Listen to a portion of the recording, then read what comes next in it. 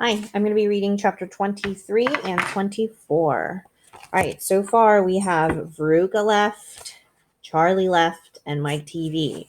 We saw that Violet was just rolled away and Augustus was sucked up by the chocolate pipe. Chapter 23, Square Candies That Look Round. Everybody stopped and crowded to the door. The top half of the door was made of glass. Grandpa Joe lifted Charlie up so that he could get a better view and looking in. Charlie saw a long table, and the table there were rows and rows of small, white, square-shaped candies. The candies looked very much like square sugar lumps, except that each of them had a funny little pink face painted on the side. At the end of the table, a number of Oompa Loompas were busily painting more faces on more candies. "There you are!" cried Mr. Wonka. "Square candies that look round." "They don't look round to me," said Mike TV. "They look square," said Veruca Salt. "They look completely square." "But they are square," said Mr. Wonka. "I never said they weren't." "You said they were round," said Veruca Salt. "I never said anything of that sort," said Mr. Wonka. "I said they looked round." "But they don't look round," said Veruca Salt. "They look square." "They look round," insisted Mr. Wonka. "They most certainly do not look round," cried Veruca. "Veruca, darling," said Mrs. Salt, "pay no attention to Mr. Wonka. He's lying to you." "My dear old fish," said Mr. Wonka, "go and boil your head." "How dare you speak to me like that?" "Oh, do shut up," said Mr. Wonka. "Now watch this."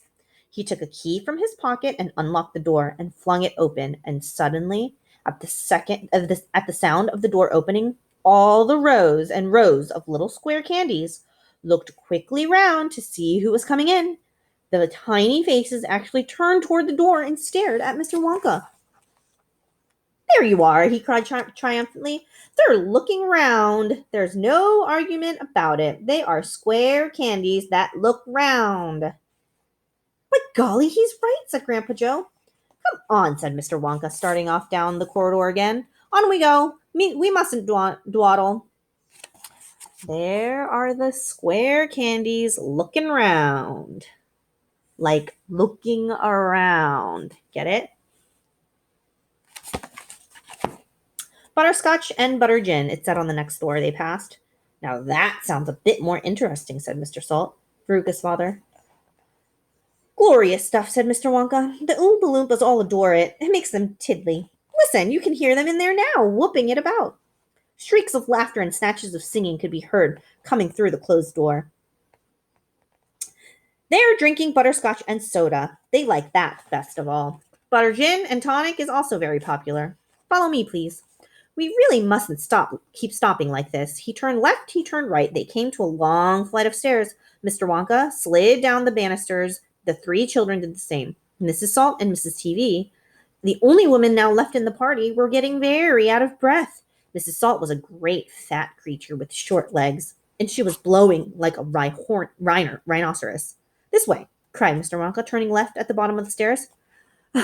"Go slower," panted Mrs. Salt. "Impossible," said Mr. Wonka. We would never get there in time if I did." "Get where?" asked Veruca Salt. Never you mind," said Mr. Wonka. "You just wait and see." Chapter 24, Veruca in the Nut Room. Mr. Wonka rushed on down the corridor. "The nut room," it said on the next door they came to. "All right," said Mr. Wonka. "Stop here for a moment and catch your breath and take a peek through the glass panel of this door. But don't go in. Whatever you do, don't go into the nut room. If you go in, you'll disturb the squirrels."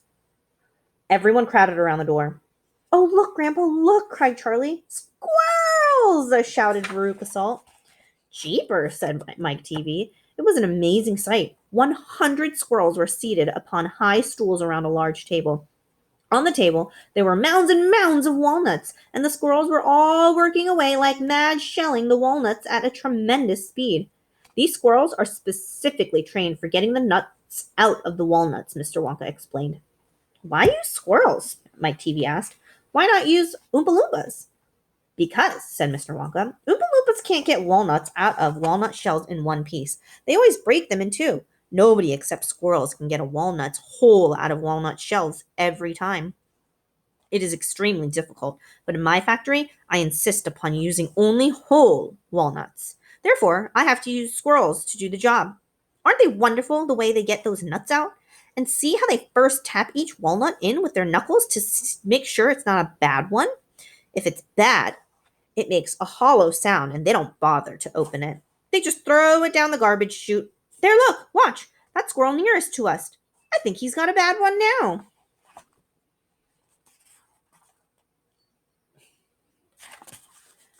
They watched the little squirrel as he tapped the walnut shell with his knuckles. He turned his head to one side, listening intently. Then suddenly, he threw the nut over his shoulder into a large hole in the floor. Hey, Mummy, shouted Veruca Salt suddenly. I've decided I want a squirrel. Get me one of those squirrels. Don't be silly, sweetheart, said Mrs. Salt. These all belong to Mr. Wonka. I don't care about that, shouted Veruca. I want one, and all I've got at home is 2 dogs and 4 cats and 6 bunny rabbits and 2 parakeets and 3 canaries and a green parrot and a turtle and a bowl of goldfish and a cage of white mice and a silly old hamster. I want a squirrel. All right, my pet, Mrs. Salt said soothingly. Mummy'll get you a squirrel just as soon as she possibly can. But I don't want any old squirrel, Veruca shouted. I want a trained squirrel. At this point, Mr. Salt, Veruca's father, stepped forward. Very well, Wonka, he said importantly, taking out a wallet full of money. How much do you want for one of these crazy squirrels? Name your price. They're not for sale, Mr. Wonka answered. She can't have one. Who says I can't? Shouted Veruca. I'm going in to grab me a squirrel this very minute. Don't, said Mr. Wonka quickly, but he was too late. The girl had already thrown open the door and rushed in. The moment she entered the room, 100 squirrels stopped what they were doing and turned their heads and stared at her with small black beady eyes. Veruca Salt stopped also, stared back at them. Then her gaze fell upon a pretty little squirrel sitting nearest to her at the end of the table. The squirrel was holding a walnut in its paws. All right, Veruca said, I'll have you. She reached out her hands to grab the squirrel, but as she did so, in that first split second when her hand started to go forward, there was a sudden flash of movement in the room, like a flash of brown lightning, and every single squirrel around the table took a flying leap towards her and landed on her body. 25 of them caught hold of her right arm and pinned it down. 25 more caught hold of her left arm and pinned that down. 25 caught hold of her right leg and anchored it to the ground. 24 caught hold of her left leg, and the one remaining squirrel, obviously the leader of them all, climbed up on her shoulders and started tapping the wretched girl's head with its knuckles. Save her! Screamed Mrs. Salt. Veruca, come back! What are they doing to her? They're testing her to see if she's a bad nut, said Mr. Wonka. You watch. Veruca struggled ferociously, but the squirrels held her tight and she couldn't move. The squirrel on her shoulder went tap, tap, tap, tap, tapping on the side of her head with his knuckles. Then, all at once, the squirrels pulled Veruca to the ground and started carrying her across the floor. My goodness, she is a bad nut after all, said Mr. Wonka. Her head must have sounded quite hollow. Veruca kicked and screamed, but it was no use. The tiny strong paws held her tightly and she couldn't escape. Where are they taking her? Shrieked Mrs. Salt. She's going where all the other bad nuts go, said Mr. Willy Wonka. Down the garbage chute. By golly, she is going down the chute, said Mr. Salt, staring through the glass door at his daughter. Then save her, cried Mrs. Salt. Too late, said Mr. Wonka. She's gone. And indeed, she had. But where? Shrieked Mrs. Slap, flapping her arms. What happens to the bad nuts? Where does the chute go to? That particular chute, Mr. Wonka told her, runs directly into the great big main garbage pipe which carries away all the rubbish from every part of the factory, all the floor sweepings and potato peelings and rotten cabbages and fish heads and stuff like that. Who eats fish and cabbage and potatoes in this factory, I'd like to know, said Mike TV. I do, of course, answered Mr. Wonka. You don't think I live on cacao beans, do you? But, shrieked Mrs. Salt, where does the great big pipe go in the end? Why, to the furnace, of course, Mr. Wonka said calmly. To the incinerator. Mrs. Salt opened her huge red mouth and started to scream. Don't worry, said Mr. Wonka. There's always a chance that they've decided not to light it today. A chance? Yelled Mrs. Salt. My darling Veruca, she'll be sizzled like a sausage.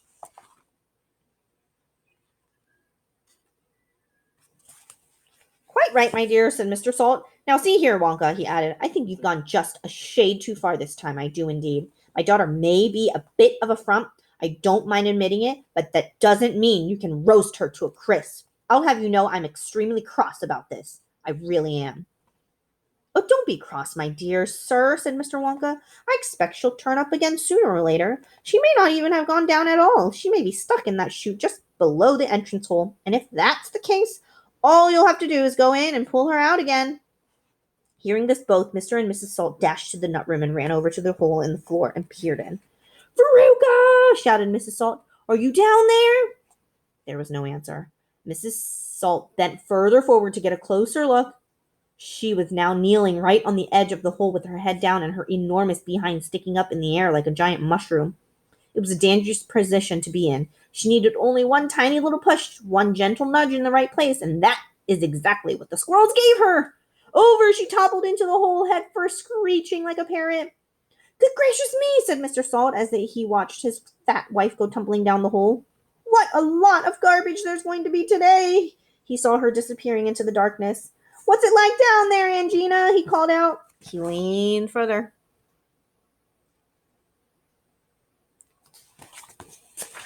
The squirrels rushed up behind him. Help! He shouted, but he was already toppling forward, and down the chute he went, just as his wife had done before him and his daughter.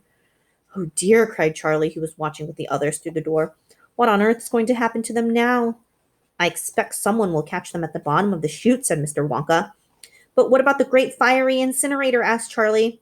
They only light it every other day, said Mr. Wonka. Perhaps this is one of the days when they let it go out. You never know. They might be lucky. Shh, said Grandpa Joe. Listen, here comes another song. From far away down the corridor came the beating of drums. Then the singing began. Veruca Salt, sang the Oompa Loompas. Veruca Salt, the little brute, had just gone down the garbage chute. And as we were rightly thought that in a case like this we ought to see the thing completely through, we've polished off her parents too. Down goes Veruca, down the drain, and here perhaps we should explain that she will meet as she descends a rather different set of friends. To those who she has left behind, these won't be nearly so refined. A fish head, for example, cut this morning from a bailbutt. Hello, good morning, how'd you do? How nice to meet you, how are you? And then a little further down, a mass of others gather round.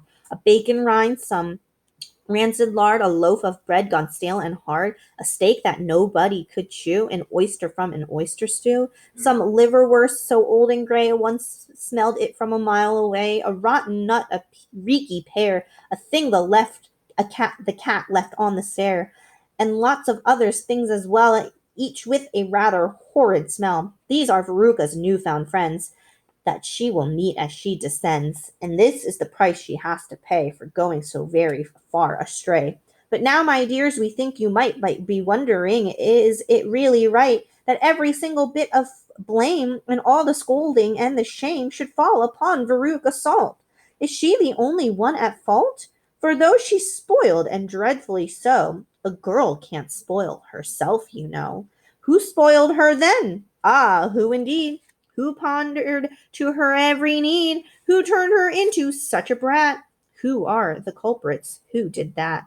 Alas, you needn't look so far to find out who these sinners are. They are, and this is very sad, her loving parents, Mom and Dad.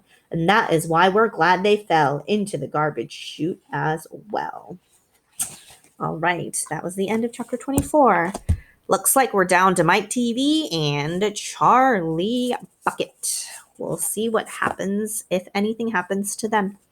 I'll see you guys tomorrow in our class meeting at 8:45 in the morning, and then for our math meeting at 9:55. Bye, guys.